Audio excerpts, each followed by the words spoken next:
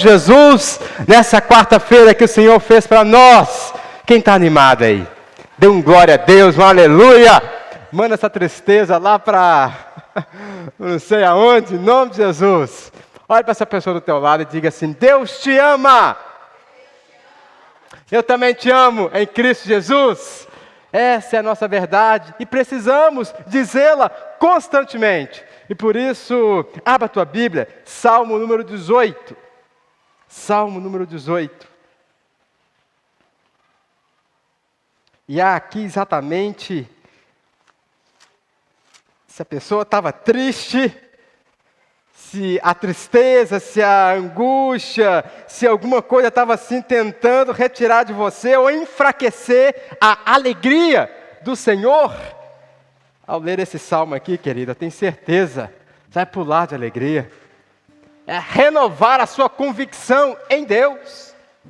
Salmo 18. Vai aparecer aqui também, já está aqui, a Bíblia gigante, para você poder contemplar. Verso 1 diz assim: Eu te amo, ó Senhor, minha rocha. O Senhor é a minha rocha, a minha fortaleza e o meu libertador. O meu Deus é o meu rochedo, em quem me refugio. Ele é o meu escudo e poder, que me salva. A minha torre alta. Clama ao Senhor, que é digno de louvor. E estou salvo dos meus inimigos. As cordas da morte me enredaram, e as torrentes de destruição me surpreenderam. As cordas da morte e do Seol me envolveram. Os laços da morte me alcançaram. Na minha aflição, clamei ao Senhor. Gritei por socorro ao meu Deus. Do seu templo, Ele ouviu a minha voz. Meu grito chegou à sua presença, aos seus ouvidos. Pai, como nos identificamos com esse salmo, com essa canção que acabamos de recitar. Situações das mais diversas tentam nos enredar, nos afastar de Ti, nos prender em uma cilada. Mas em cada uma destas situações, nós vemos, vivenciamos, experimentamos o livramento, o consolo, o refrigério, a fidelidade do Senhor. Porque estamos aqui, porque o Senhor nos trouxe e tem nos feito passar por cada uma das situações. E por isso te louvamos, te bendizemos, porque as adversidades não podem nos afastar do Senhor. O Senhor está sempre conosco, com seus filhos. E nessa noite não é diferente, o Senhor nos trouxe aqui, o Senhor está aqui, o Senhor permanece em nós. E te louvamos, ó Pai, te louvamos. E que nessa noite, Pai, possamos justamente apresentar a Ti, não uma lista de pedidos, mas uma lista de gratidão, por tudo que o Senhor é e tem feito em nós e através de nós, em nome de Jesus. Amém e amém. Vamos louvar ao nosso Deus, irmãos. Cante comigo, todos juntos.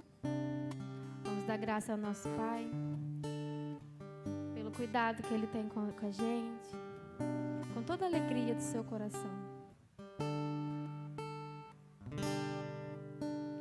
Graças eu te dou, ó Pai, pelo preço que pagou, sacrifício de amor que me comprou, ungido do Senhor, pelos cravos em tuas mãos. Graças eu te dou,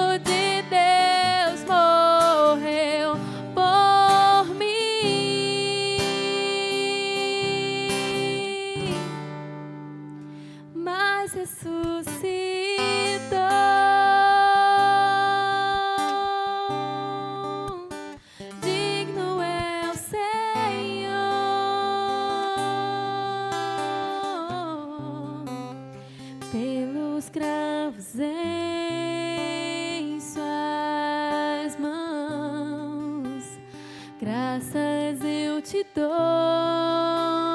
ó meu Senhor, lavou minha mente e coração, me deu perdão, restaurou minha comunhão.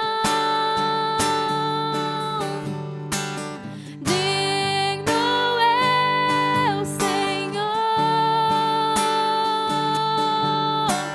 sobre o trono está,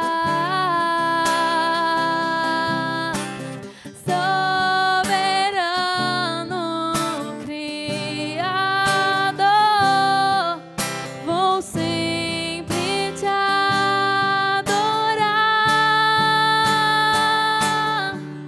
Elevo minhas mãos ao Cristo que venceu. Cordeiro de Deus morreu por mim,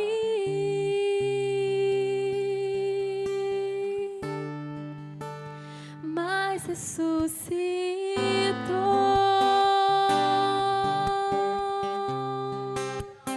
Digno é o Senhor,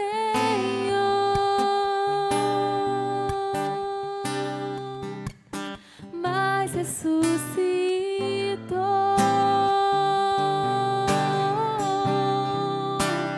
Digno é o Senhor.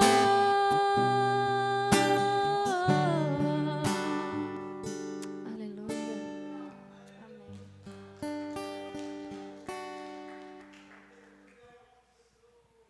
Nos rendemos aos pés do nosso Senhor, porque Ele é digno de todo o nosso louvor. Amém, igreja?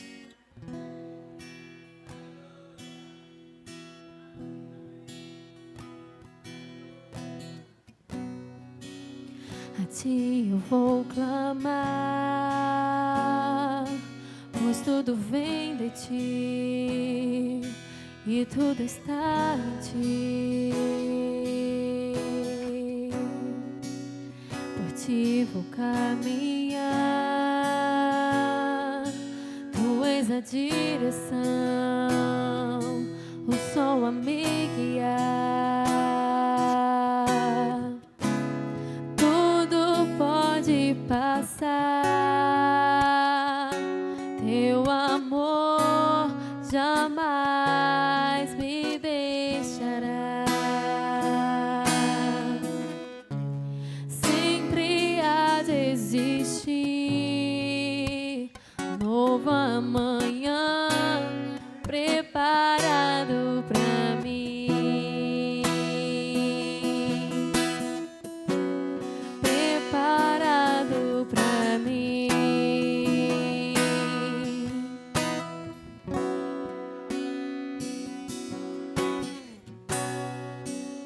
A Ti eu vou clamar,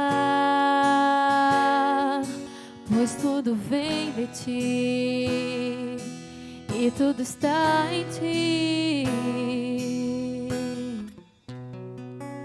Por Ti vou caminhar, Tu és a direção,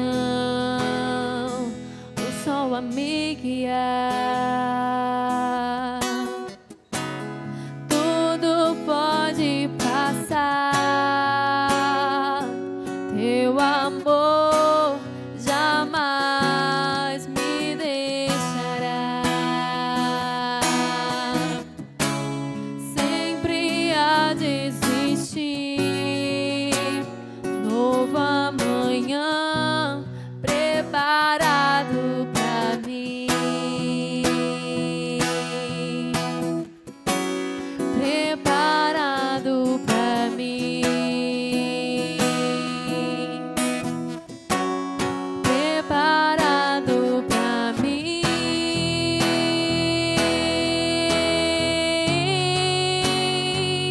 Eu me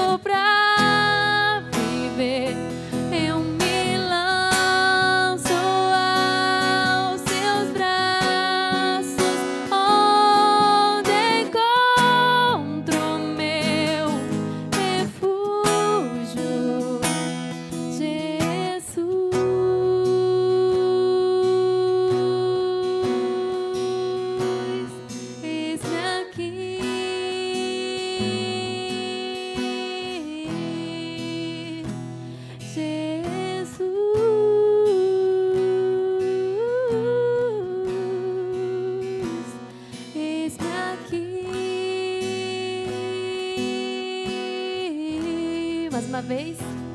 Eu me rendo aos seus pés, és tudo que eu preciso pra viver.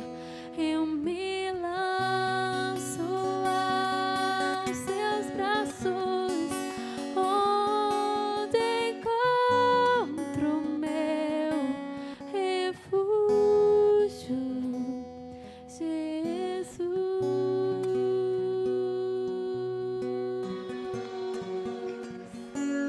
Eis-me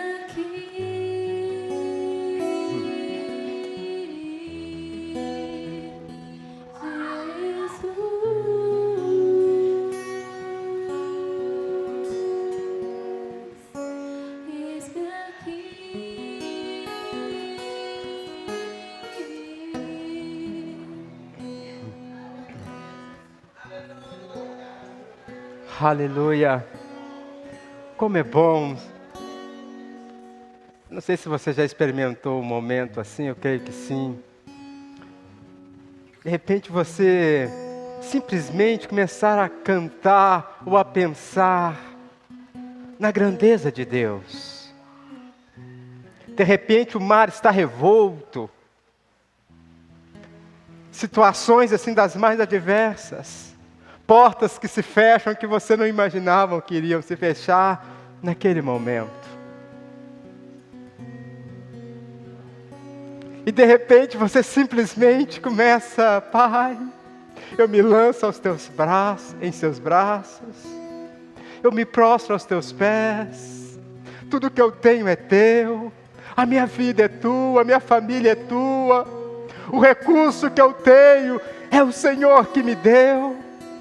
O ar que eu respiro, eu só respiro porque o Senhor me faz respirar. A roupa que eu visto foi o Senhor que me deu. O emprego, a renda foi o Senhor. Oh, querido, nesses momentos de tanta dificuldade, é quando nós podemos medir de fato o tamanho da nossa fé. Em momentos de bonança, há uma facilidade nossa, natural, do ser humano, em se satisfazer, em se alegrar. Onde tudo está cooperando. E não é errado, precisamos nos alegrar e estar satisfeitos mesmo com tudo aquilo que nós podemos experimentar. É bênção de Deus. Mas em um momento desfavorável, quando de repente o recurso naquele dia, naquele momento faltou, situações. E quando nós, como que arrancamos do nosso peito esse grito, eu me rendo aos teus pés, eu me lanço em teus braços, eu confio em ti. Oh, querido, isso é um aroma agradável a Deus. Isso diz respeito que a nossa vida não é medida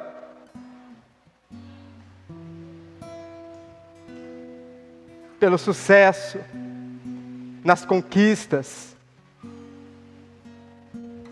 mas a nossa vida é medida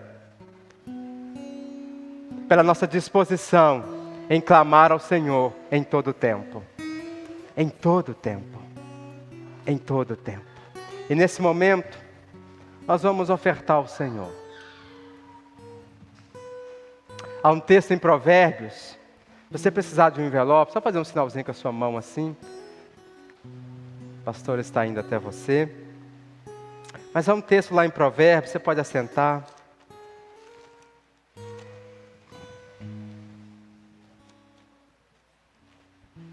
Provérbios capítulo 11. E o verso 24. Provérbios 11, 24. O texto diz assim: a quem dê generosamente e ver aumentar suas riquezas, outros retêm o que deveriam dar e caem na pobreza. Há algo que me chama a atenção nesse texto aqui. Ele inicia dizendo: a quem dê o verbo de aqui é devolver, tá? Devolver. Se é para devolver, é porque não é nosso. Quando você devolve alguém, não é seu. Não é assim? Você pede algo emprestado, depois você devolve. Deveria ser assim, porque se você fica com aquilo que não é seu, isso é roubo.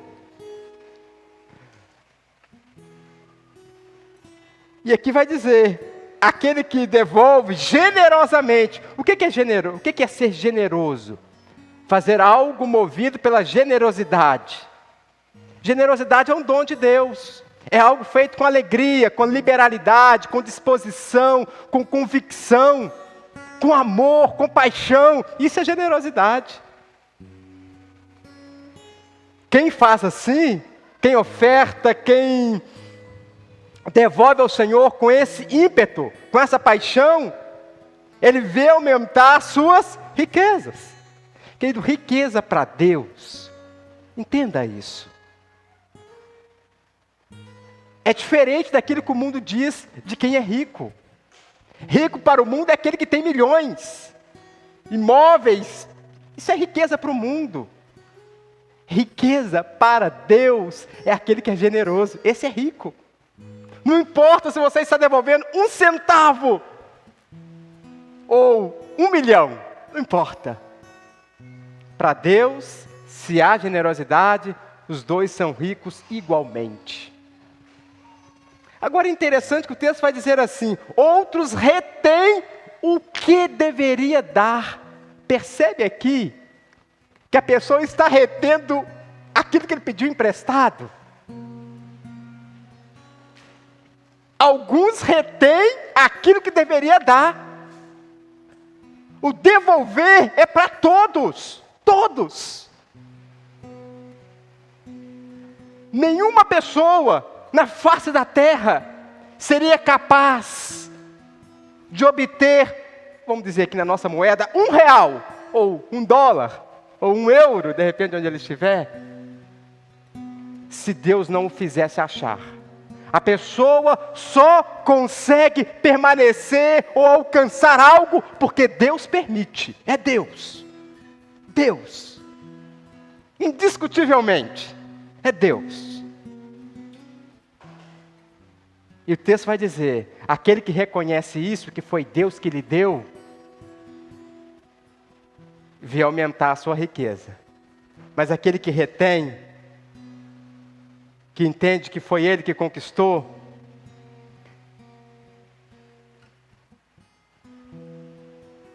ele só vai decaindo. Então, querido, nesta noite, que esse princípio da devolução possa de uma maneira tão graciosa tomar o seu coração.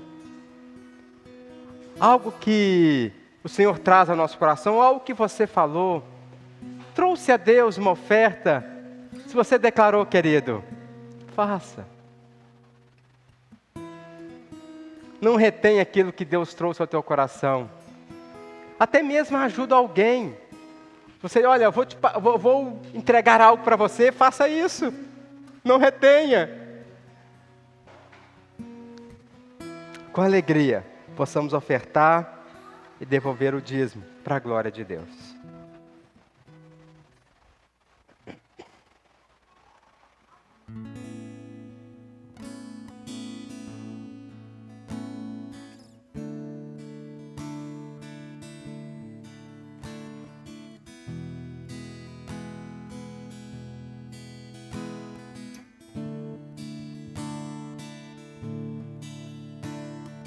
Tem ciúmes de mim. O seu amor é como um furacão. Eu me rendo ao vento de sua misericórdia. Então, de repente, não vejo mais minhas aflições, eu só vejo a glória. Percebo quão maravilhoso Ele é e o tanto que Ele me quer. Oh, Ele me amou.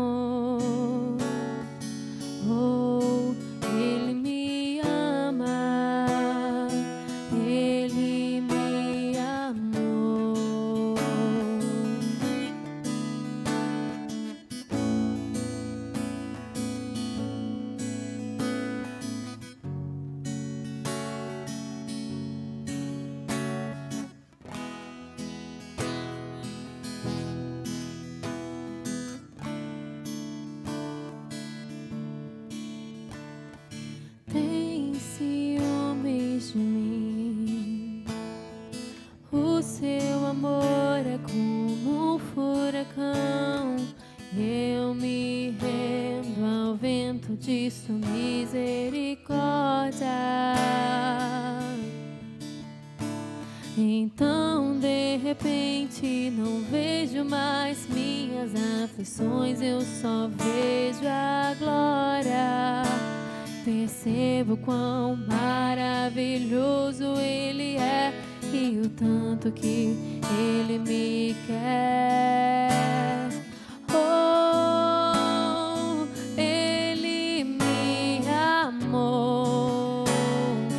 Oh, Ele me ama. Ele me amou. Me ama. Ele me ama. Ele me ama. Ele me ama.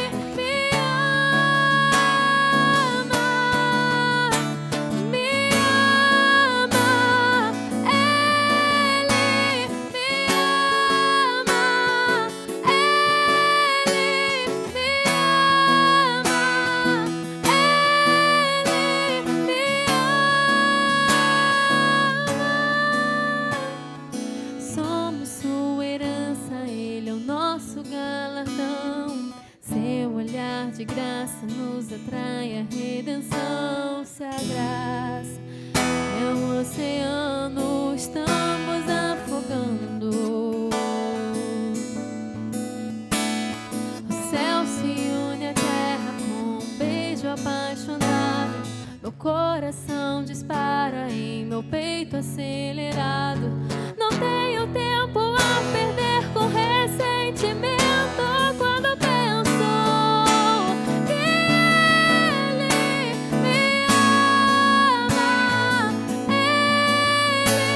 me ama. Ele me ama.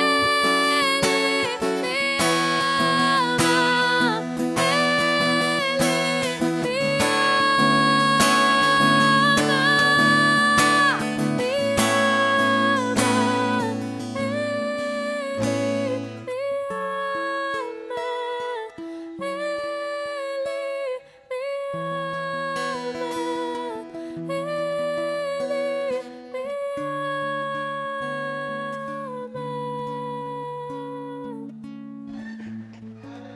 Somos privilegiados por termos o amor do nosso Deus e podemos chamar Ele de nosso Pai. Amém. Aleluia. Que declaração tão linda. Eu creio que poderíamos ficar horas aqui só dizendo: Ele me ama. Que amor é esse? Que nos aceitou e nos aceita como somos, cheio de imperfeições. Mas Ele não nos deixa como somos. Ele nos transforma ao ponto de nos doarmos a Ele. Estenda suas mãos para cá. Pai, nós te agradecemos porque nesta noite nós podemos expressar ao Senhor, através de um recurso financeiro, algo do nosso amor ao Senhor. Nós nunca conseguiremos, ó Pai, pagar. Por isso, o nosso relacionamento com o Senhor não é uma troca. Nós servimos e somos servos de uma realeza. Nós servimos porque amamos o nosso Senhor. Somos apaixonados por Ele. Só sabemos servir a Ele. E que assim seja a cada dia, Pai. Que este grito, Ele me ama, nos impulsione a ser testemunha do amor dEle, aonde estivermos, e da forma como o Senhor nos orientar. E o recurso também é assim, que não venhamos reter em nenhum momento, mas tudo aquilo que o Senhor nos direcionar, isso façamos, como este que se sente e que é amado pelo Pai, em nome de Jesus. Amém e amém. Amém, querido. Glória a Deus. Fique de pé aí no seu lugar. Tome a sua Bíblia também. E nós vamos para a nossa mensagem nessa noite. E você, por gentileza, abra lá em Efésios. Capítulo 6.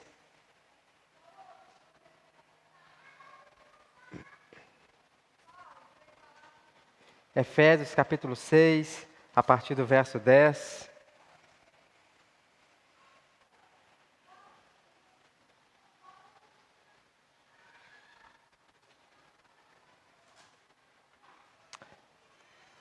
Amém? Efésios capítulo 6, a partir do verso 10.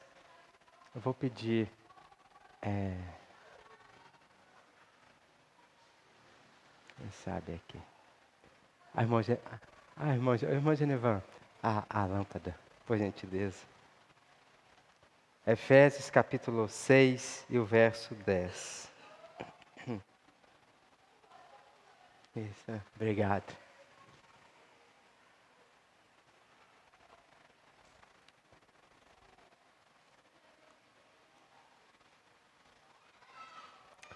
Amém? Vamos dar show? Vamos ler então. O texto diz assim: finalmente, fortaleçam-se no Senhor e no seu forte poder. Vistam toda a armadura de Deus, para poderem ficar firmes contra as ciladas do diabo. Verso 12. Pois a nossa luta não é contra seres humanos, ou contra carne e sangue, mas contra os poderes e autoridades, contra os dominadores deste mundo de trevas, contra as forças espirituais do mal nas regiões celestiais. Por isto, vistam toda a armadura de Deus, para que possam resistir no dia mau e permanecer inabaláveis, depois de terem feito tudo. Assim, mantenham-se firmes, cingindo-se com o cinto da verdade, vestindo a couraça da justiça, e tendo os pés calçados com a prontidão do Evangelho da paz, ou as sandálias do Evangelho da paz. Além disso, usem o escudo da fé, com a qual vocês poderão apagar todas as setas inflamadas do maligno. Use o capacete da salvação e a espada do Espírito, que é a palavra de Deus.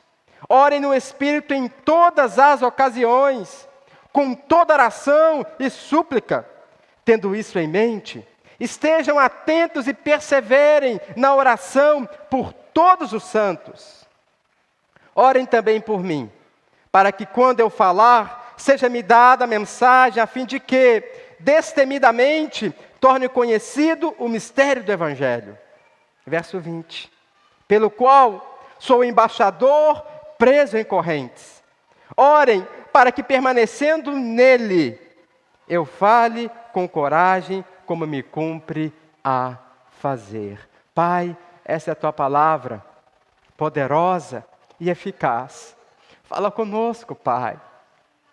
E que possamos ter o nosso entendimento esclarecido, iluminado, que estamos em uma batalha.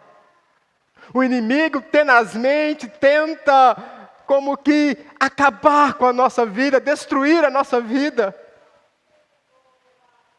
Mas o Senhor nos segura pelas mãos. Independente da adversidade, nós sabemos e podemos dar um grito: o Senhor é conosco, Ele nos ama, Ele me ama. Que essa convicção, Pai, venha se fortalecer ainda mais nesta noite. E é através da Tua palavra, a exposição da Tua palavra, que a convicção que o Senhor nos ama é fortalecida em nós. Então faça assim conosco, Pai, para o Teu louvor e para a Tua glória, em nome de Jesus. Amém. Amém. Pode sentar, querido.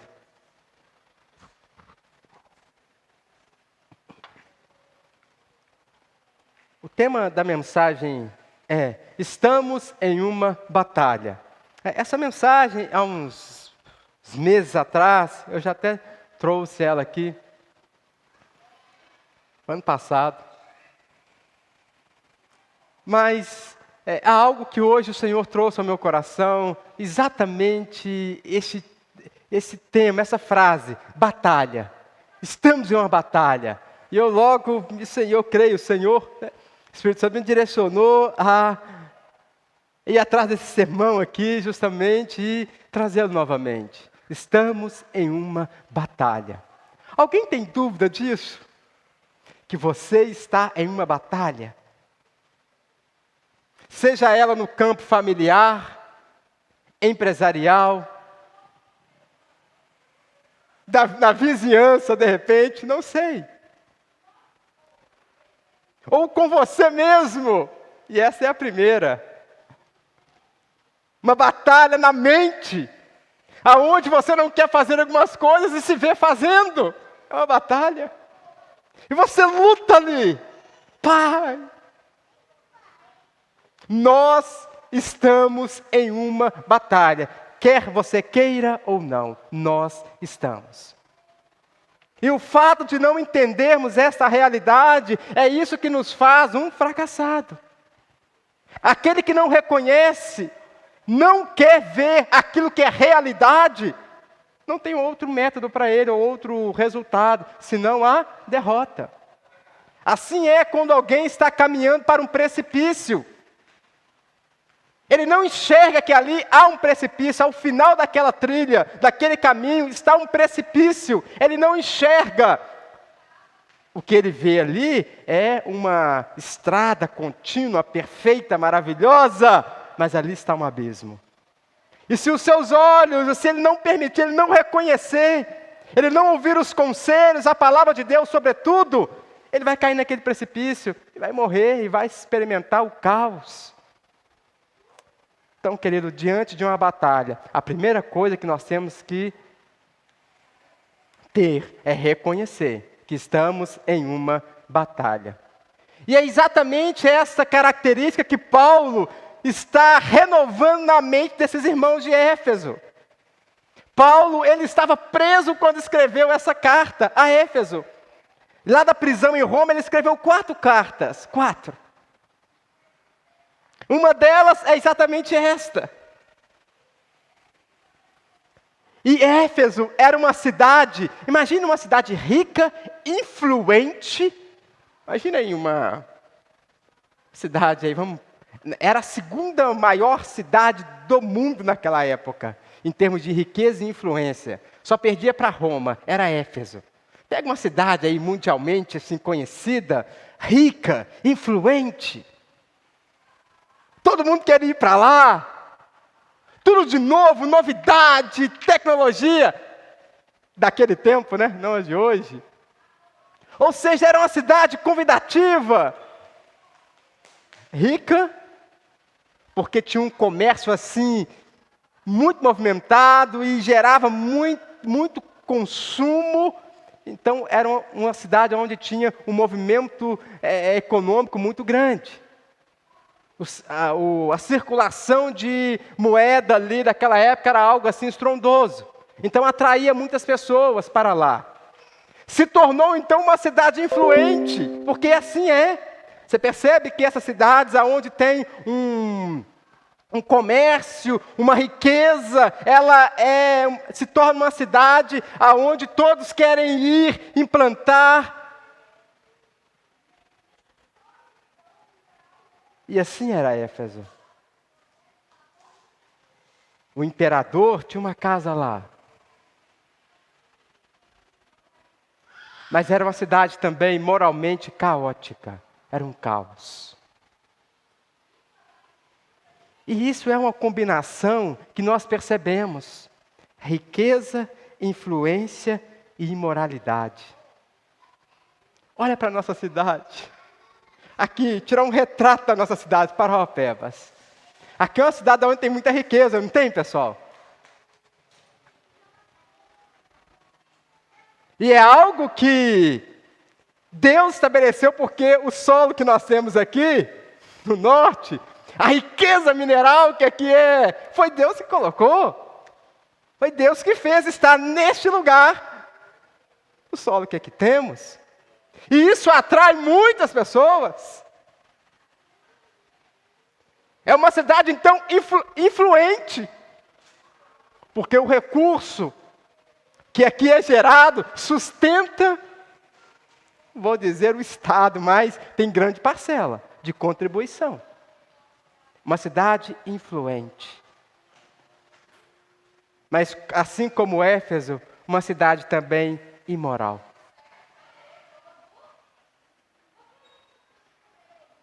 Isso é uma combinação, querido, infelizmente, que permeia as gerações. E para qualquer cidade que você olhar, as capitais, por exemplo, que são as mais proeminentes, riqueza, influência e moralidade. E imagina onde essas características do ambiente da cidade foi parar? Na igreja. Era a igreja mais rica da Ásia, a mais rica.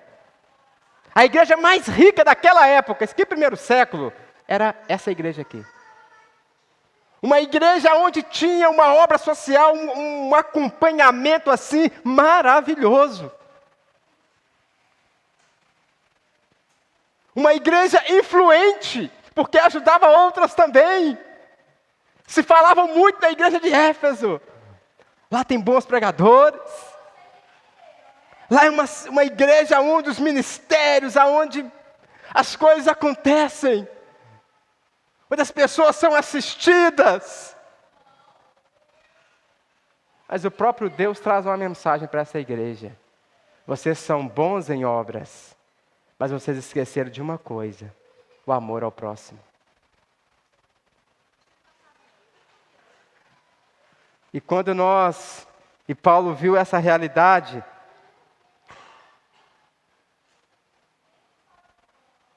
não teve como não escrever essa carta para essa igreja. Para reanimá-la, para reavivá-la. E assim também para nós. A falta do amor ao próximo é a causa da imoralidade, da corrupção, de toda espécie de mal. Porque se a pessoa ama o próximo, é porque ele se ama primeiramente, ele ama a Deus, se ama, e então ele ama o próximo. Se ele não ama o próximo, é porque o amor a Deus que ele diz que tem é uma mentira. Ele não ama a si, ele se idolatra, porque ele quer tudo para ele. Isso não é amor, isso é idolatria de si. E esse sentimento que ele tem dele, ele transmite para o próximo. É claro que para o próximo não vai nada, porque ele quer tudo para ele. E se ele quer tudo para ele se envolve em corrupção. E por aí vai. Então, querido, essa cidade rica, influente e imoral em todos os sentidos. Em questões morais, obviamente, sexuais, em todos os sentidos. E isso também estava fazendo parte. Esse ambiente de Éfeso tornou-se membro da igreja, você acredita? A riqueza, a influência e a imoralidade era membro da igreja. Estava sentado lá nos bancos da igreja.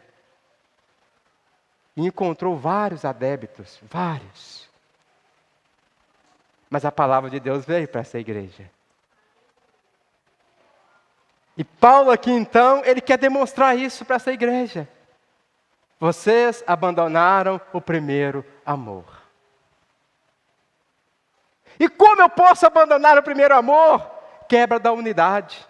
Volte comigo aí rapidamente, capítulo 4. Capítulo 4, verso 25. De Efésios mesmo. Diz assim: portanto, cada um de vocês deve abandonar a mentira e falar a verdade ao seu próximo, pois todos somos membros de um mesmo corpo. Verso 26, quando vocês ficarem irados, não pequem, apaziguem a ira antes que o sol se ponha, e não deem lugar ao diabo. O que furtava, não furte mais, antes trabalhe, fazendo algo de útil com as mãos, para que tenha o que repartir, com quem estiver em necessidade. Olha o verso 29.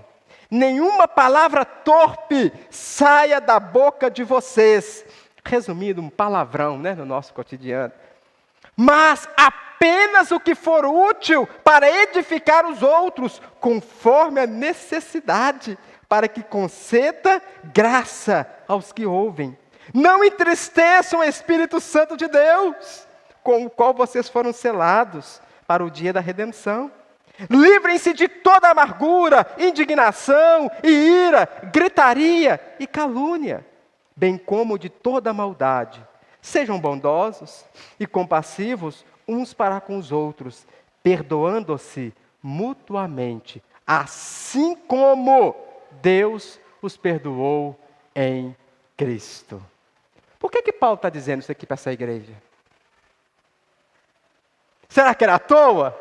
Será que ele imaginou? Pode ser que de repente eles estão brigando lá. Pode ser que eles estão falando mentira. Pode ser que a indignação, que a ira, que a amargura está está tomando conta da igreja. Pode ser. Não, não pode ser não. Ele está falando de fato. Ele estava apontando realidades, situações que estavam em pleno curso.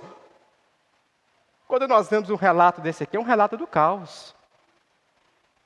Era membro da igreja. Essa carta foi lida na igreja. Foi escrita para a igreja, para nós.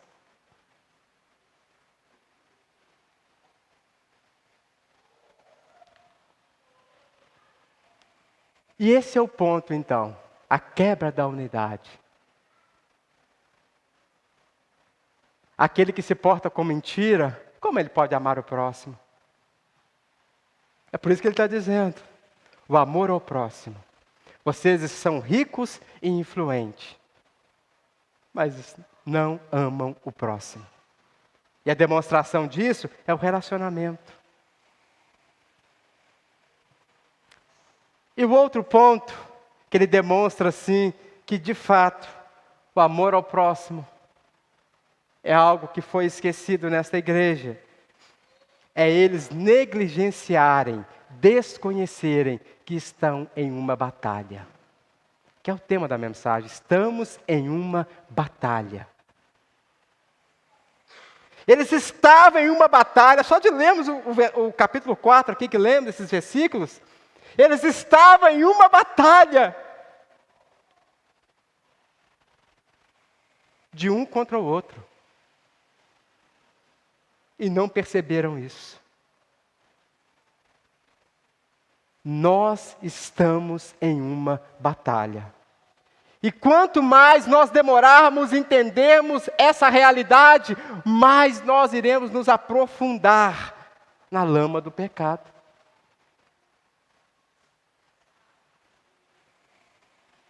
Se Deus não dissesse que eles estavam envolvidos na mentira, eles permaneceriam nessa mentira.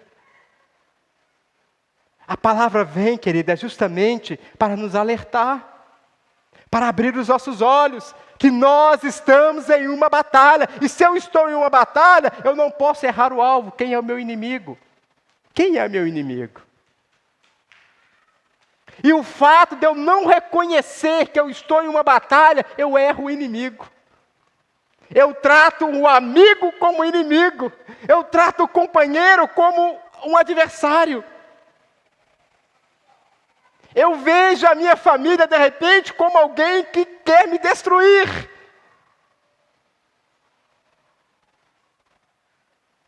E é nesse ponto que Paulo quer chegar aqui. Vocês perderam essa convicção, essa aproximação, este interesse pelo próximo, porque vocês permitiram que a sutileza das trevas, a mentira, a ira guardada, começasse a cativar vocês, de tal forma que isso começou a gerar confusões, brigas. E há algo que acontece, querido, é impressionante. O pecado, aquele que começa ali de maneira sutil, mas é algo que vai ali, sendo alimentado, o pecado anestesia as pessoas. A pessoa fica anestesiada. Para ela é normal falar um palavrão. Normal, é normal. É normal ser bruto. É normal ser mal educado. É normal.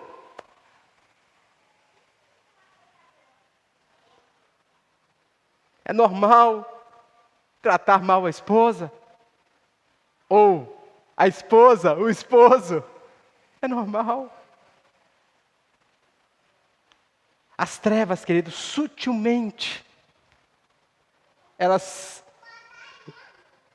entram nas casas, muitas das vezes sem ser convidadas, entram lá e começam a relacionar com os membros daquela família. Daqui a pouco vira um ringue. Ela vai colocando um contra o outro. Assim estava nessa igreja, um pé de guerra. E é por isso então que Paulo, ele aponta justamente essas características. Igreja, querido, é uma comunidade de pessoas reconciliadas. Todos têm problemas, todos. Igreja é uma comunidade de pessoas reconciliadas a Deus por meio de Cristo. E é só dessa forma, reconhecendo que eu sou cheio de problemas, mas Cristo me aceitou e me regenerou. É por isso que eu posso conviver com meu irmão. Mas se eu refutar, se eu esquecer essa realidade do Evangelho de Cristo, do parâmetro do Evangelho, eu vou me relacionar com os meus parâmetros. Aí é o que Paulo descreveu aqui. Briga, intriga, amargura, discórdia, é o caos. Igreja é uma comunidade de pessoas reconciliadas a Deus por Cristo. Se é por Cristo, é por meio do Evangelho de Cristo, dos valores de Cristo.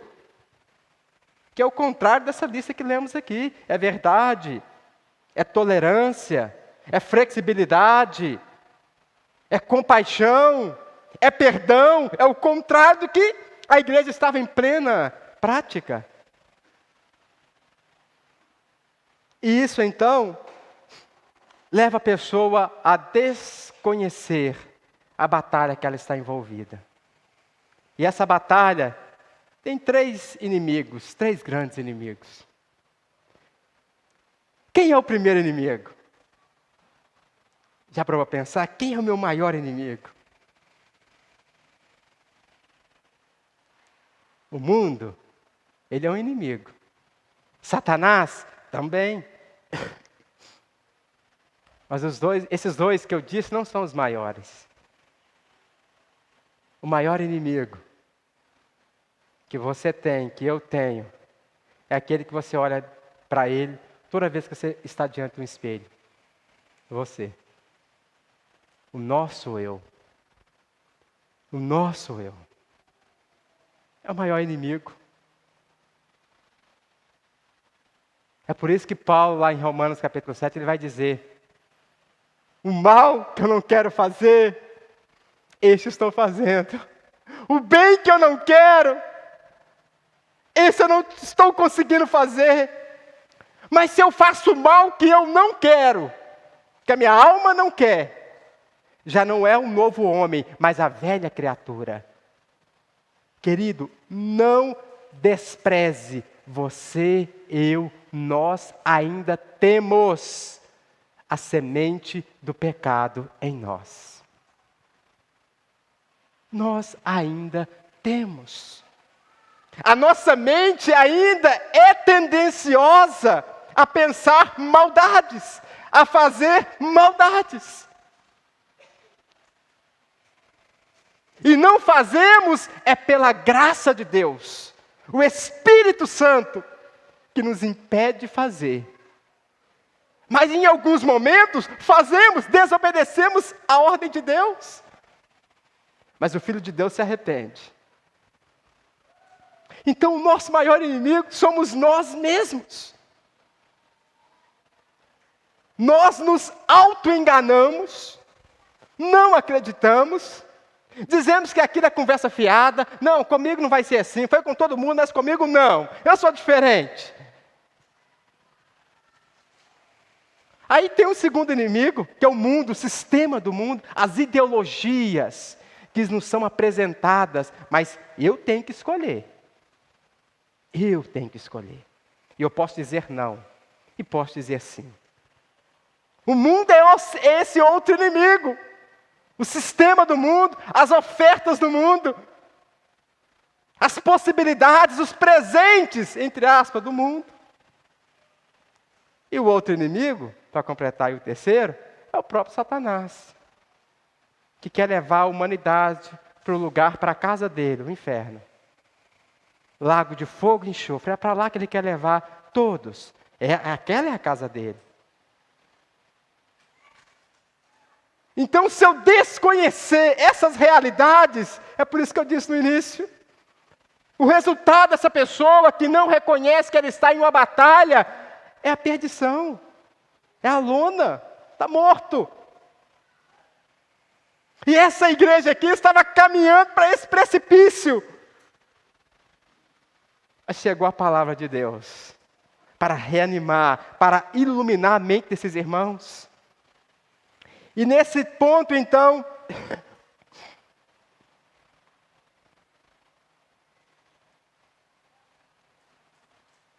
de que nós não podemos ser negligentes quanto diante das batalhas, da batalha espiritual que nós enfrentamos, Paulo, nesse texto que lemos, traz 3 ferramentas, as mesmas que Cristo utilizou para combater, para utilizar nessa batalha.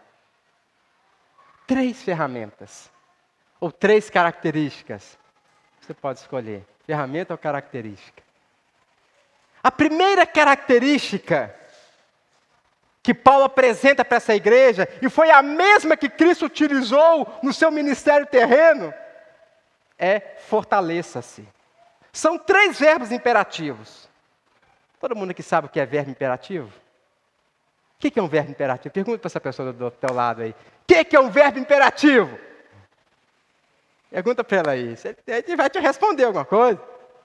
Mesmo assim, não sei, é uma resposta também. Eu não sabia e um dia eu me informei. O que é um verbo imperativo? É uma ordem. Não é uma sugestão. Fortaleça-se. Ele está ordenando e dizendo, faça isso.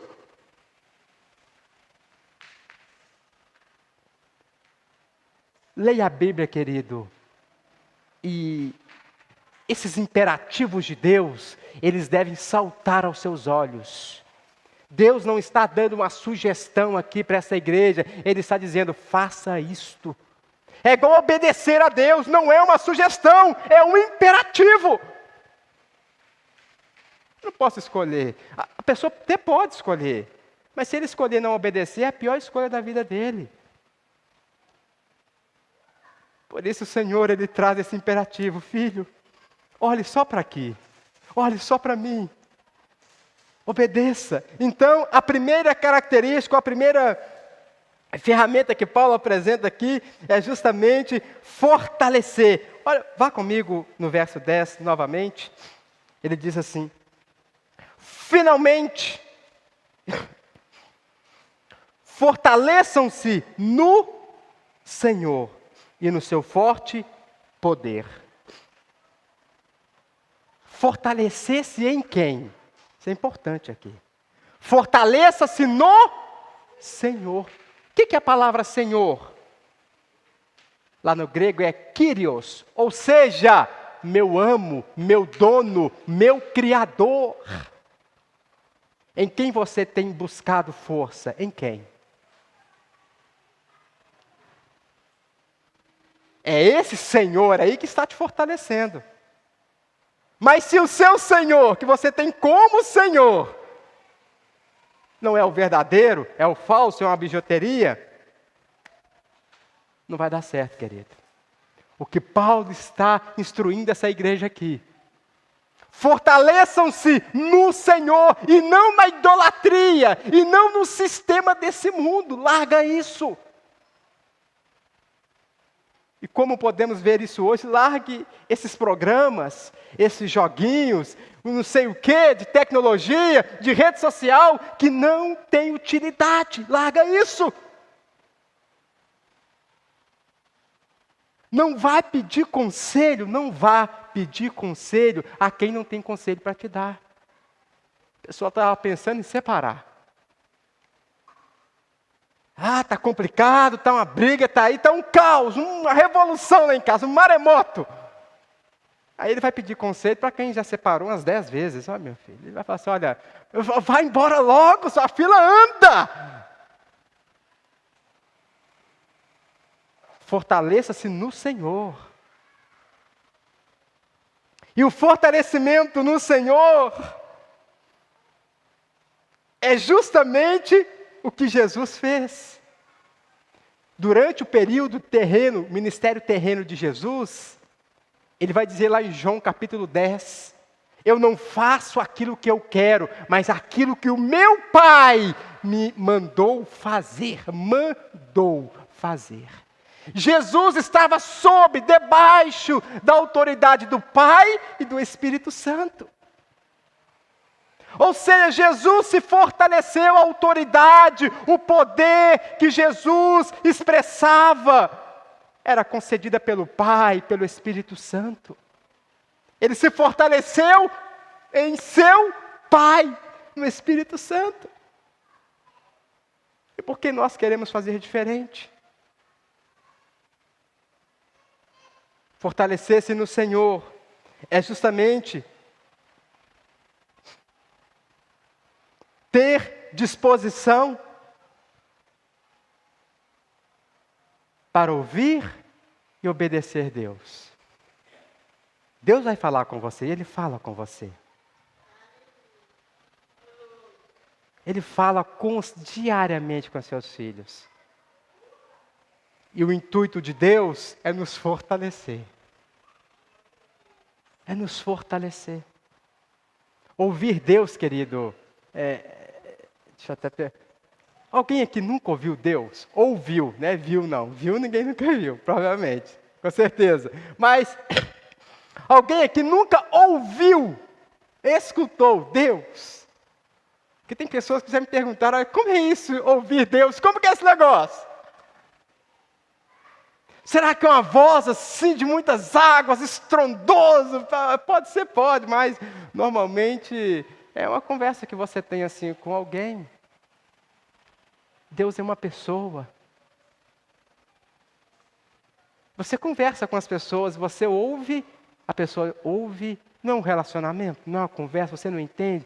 Assim é com Deus. Ele fala com você. Sabe, aquela decisão que você quer tomar e você não consegue tomar, é Deus falando com você, não faça isso, meu filho, não faça isso. Aí se você insistir demais, Ele envia uma pessoa, às vezes, né? Olha, não faz esse negócio não, estava orando por você e olha, não faz isso não. Aí você não acredita, não, isso aí não dá certo não. Ele manda outra pessoa. Deus fala conosco, querido, o dia inteiro, com o intuito de nos fortalecer. Então, quando nós temos essa disposição de nos fortalecer no Senhor, é ouvir a Deus, ouvir, e então obedecer. Quando Deus diz, não faça isso, não vá ali, não compre isso, não sei aquilo que o Senhor está lhe orientando ou vai lhe orientar, mas ouvir Deus e obedecer é se fortalecer. Agora, desobedecer é enfraquecer. Não tem outra alternativa. Não ouvir Deus é se envolver nessa lista que nós lemos aqui no capítulo 4. Mentira, distração, descompromisso, imoralidade. Querido, não tem jeito. Se você não se envolver com a palavra de Deus, você vai se envolver com esse mundo. É impossível. Só se você se trancar dentro de casa, mesmo assim não vai ter jeito. Se você se trancar dentro de casa, trancar, não quero ver ninguém, fechou o quarto, não quer ver ninguém, mas você vai ver como? A sua mente. O inimigo também fala. o inimigo também fala. A única forma de você se fortalecer é no Senhor. Pelo contrário, é só enfraquecimento. Só enfraquecimento. A segunda característica, então, que Paulo está instruindo essa igreja é vestir. Vestir. E aqui, então, ele vai apontar a armadura. E ele aponta aqui 6 peças dessa armadura. É a imagem de um soldado romano. Quem aqui já viu algum filme assim, de soldados romanos? É essa imagem mesmo, de couraça, de bota, de capacete, de um escudo enorme, de uma espada. É essa imagem que Paulo conhecia muito bem os soldados romanos. Paulo, enquanto ele estava preso, ele ficou 2 anos preso aqui em Roma, e ele escreveu essa carta. Por volta de 16 mil soldados, durante esses 2 anos, é que fizeram a troca de turno para vigiar Paulo. Ele pregou para todos eles, 16 mil soldados. Então ele conhecia muito bem a roupa de um soldado romano. E ele usa justamente os artifícios, as vestimentas de um soldado para dizer e informar a igreja. Mas detalhe, querido, para você vestir, você precisa se despir, se despojar. Para você viver no Evangelho, a nova criatura, o velho homem tem que morrer. O capítulo 4, volte comigo no capítulo 4, verso 22. Olha o que Paulo vai dizer para essa igreja. Capítulo 4, verso 22. Quanto à antiga maneira de viver, vocês foram ensinados a despir-se do velho homem. Capítulo 4 de Efésios, verso 22. Vocês foram ensinados a despir-se do velho homem, que se corrompe por desejos enganosos, a serem renovados no novo modo de pensar e a revestir-se do novo homem, criado para ser semelhante a Deus em justiça e em santidade provenientes da verdade. Antes de revestir, que está aqui no verso 24, eu preciso me despir. É por isso que esse capítulo 4, obviamente, vem antes do capítulo 6. Paulo apresenta aquilo que eles precisavam se despir. Para aqui, então, no capítulo 6, no último capítulo dessa carta, ele dizer assim: agora vocês vão vestir. Vestir, então,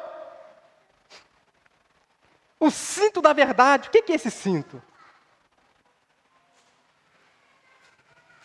Cinto da verdade, igual está aqui no verso 14, né? Mantenham-se firmes, cingindo-se com o cinto da verdade. O que é o cinto da verdade? Cinto não é aquilo que une, que prende. Homem usa muito cinto. Mulher também, né? Mas mais homem. Ou pelo menos usava. O cinto é algo que prende. A ideia é que a imagem é justamente isso. Você está unido a Cristo. Preso a Cristo. Se eu estou preso, unido a Cristo, qual é a minha postura? A de Cristo. Se eu tenho a postura de Cristo, é eu me despir. Eu já me despido de qual postura? Do velho homem. É por isso que ele diz, antes, tem que se despir. Tem que despojar. Tem que retirar.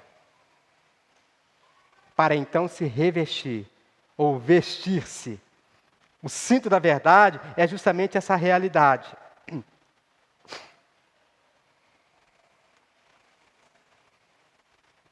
Ter postura.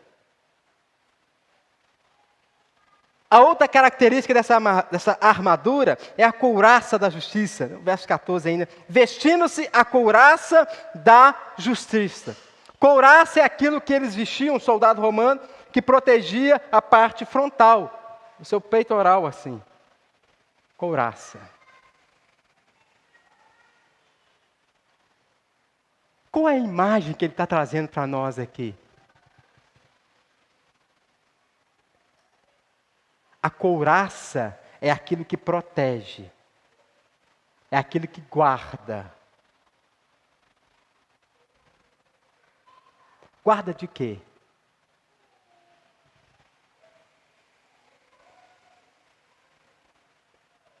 De ser contaminado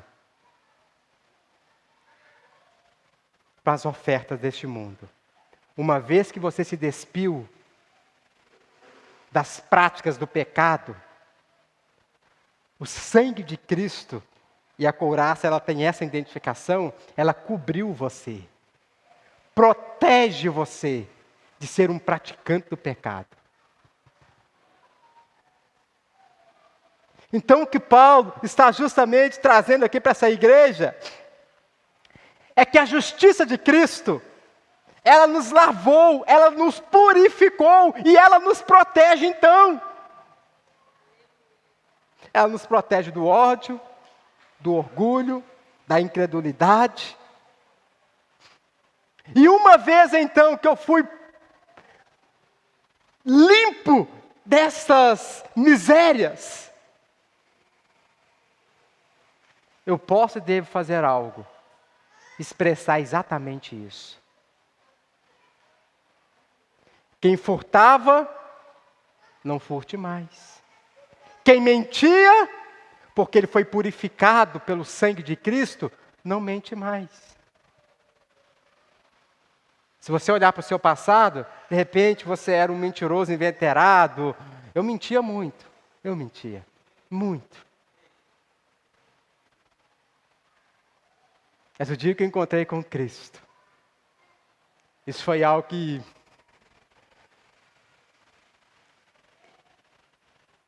perdeu aquela força em mim. Porque justamente eu me prostrei aos pés de Jesus, me arrependi e disse: Pai, me ajuda, me salva, me limpa, me perdoa. E Ele me perdoou. Então este que foi perdoado por Cristo, é esse que está vestido como uma couraça, ele está protegido, porque ele foi lavado, ele foi purificado. E agora então, ele pode fluir isto. A outra característica é a sandália de preparação do Evangelho da Paz. Essa sandália que o soldado romano usava, uma espécie de uma bota. O terreno ali do Oriente era um terreno pedregoso. E essa sandália, ou essa bota, mais precisamente, ela era feita de uma tal forma que dava a ele segurança, equilíbrio nesse tipo de terreno. Então possibilitava o soldado andar quilômetros nesse terreno. As sandálias, ou que a minha versão vai dizer aqui, os calçados, tendo os pés calçados com a prontidão do Evangelho da Paz, evangelize.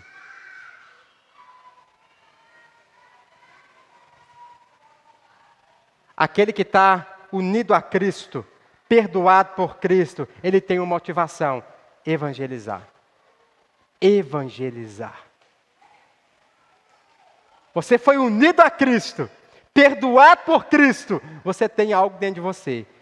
O desejo, a paixão de evangelizar.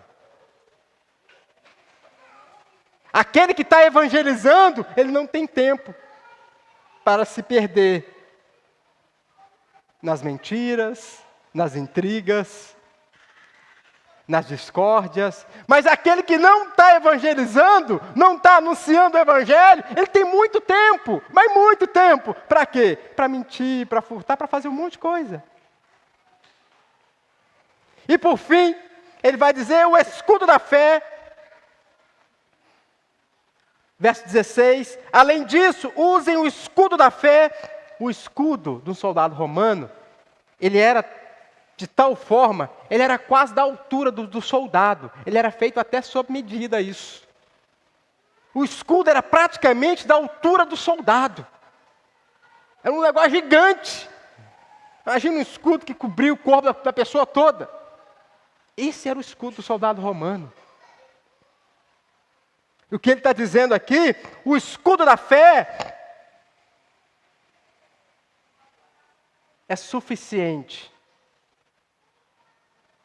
O seu relacionamento com Deus, o seu amor a Deus, a sua meditação na palavra, a convicção que você tem de que você é filho de Deus, unido a Cristo, perdoado por Cristo, pregando o Evangelho, isto é suficiente para lhe proteger de todo e qualquer mal. Isso é suficiente.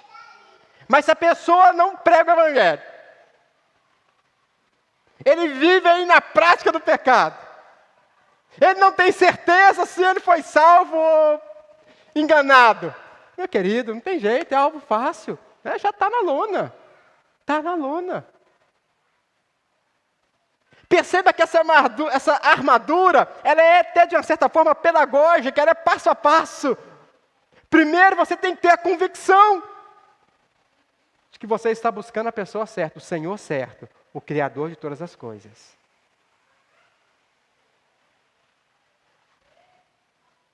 Aceitar a sua palavra é unir a Cristo, entender que você é perdoado e saber que você só sabe dizer uma coisa: eu amo Jesus e Ele também te ama. Anunciar o Evangelho. Anunciar o Evangelho é justamente entender que o mundo pode desabar, mas você está firme em Cristo Jesus. Fique de pé no seu lugar.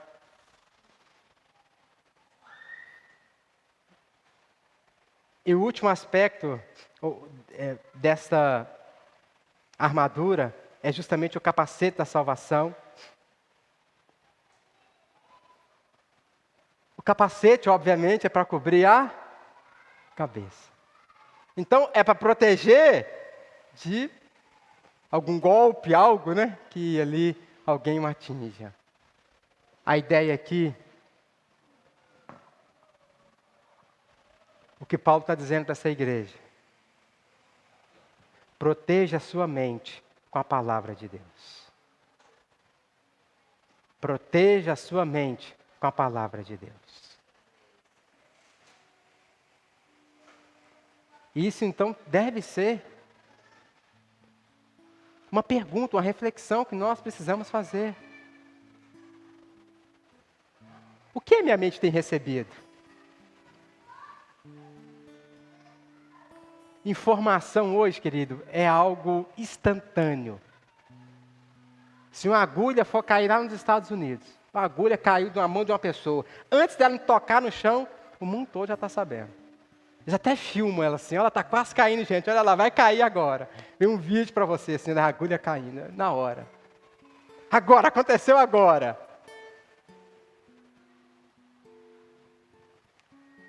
O que tem enchido a nossa mente?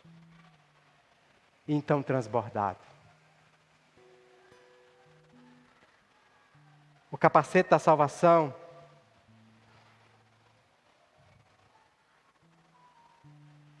é você viver cada um dos seus dias com uma única convicção: Jesus está voltando. E é assim que Paulo quer finalizar. O mundo é mau, o mundo é hostil. Por isso Deus nos deu ferramentas, estratégias infalíveis para lutarmos. E através da palavra dele, da meditação, do clamor a ele, é como se estivéssemos cobrindo a nossa mente, revestindo a nossa mente, ou mergulhando a nossa mente na palavra de Deus.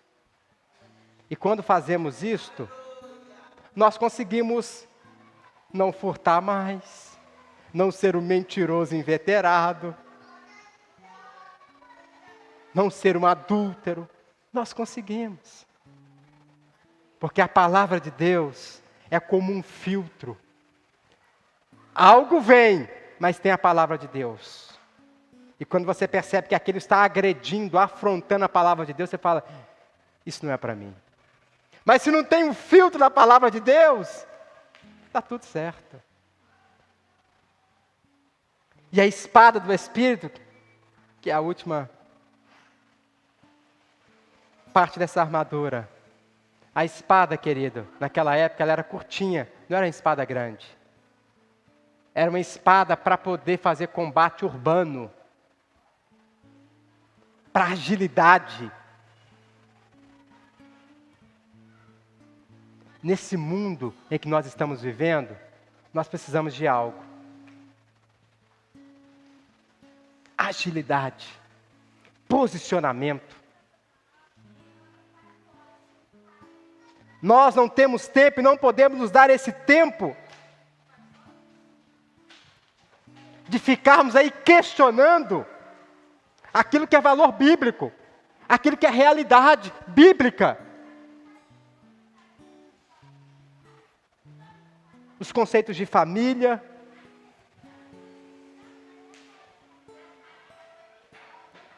essas ideologias que existem nos nossos dias. Deus não deseja que nós venhamos perder tempo em ficar questionando essas realidades absolutas. É o que Paulo está dizendo aqui, não perca tempo, não se distraia com aquilo que é coisa fútil.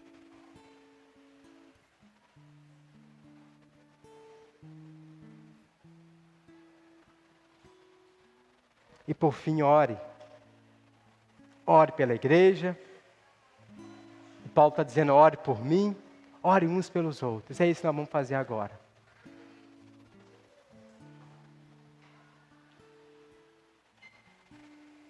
A consciência de que estamos em uma batalha, ela deve justamente trazer ao nosso coração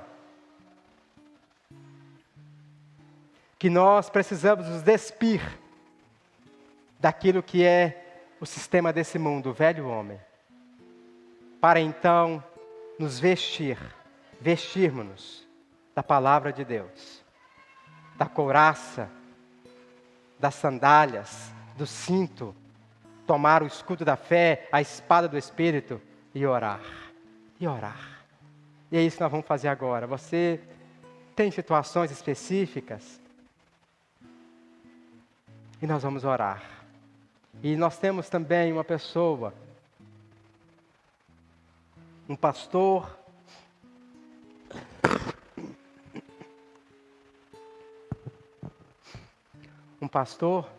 chamado Sérgio, um pastor lá da Lagoinha de Belo Horizonte, que já 2 dias, um dia ele está no CTI. Ele deve ter minha idade, ou menos, 40 anos, 41. Eu acho que ele tem mais. Mas tem por aí, nessa idade, 40 e poucos anos.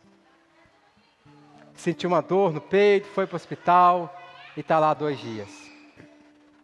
Precisando de transplante de sangue. Está numa situação assim, desenganado pelos médicos. Mas o que nós temos de mais poderoso e eficaz é a oração. Oração não tem barreiras geográficas.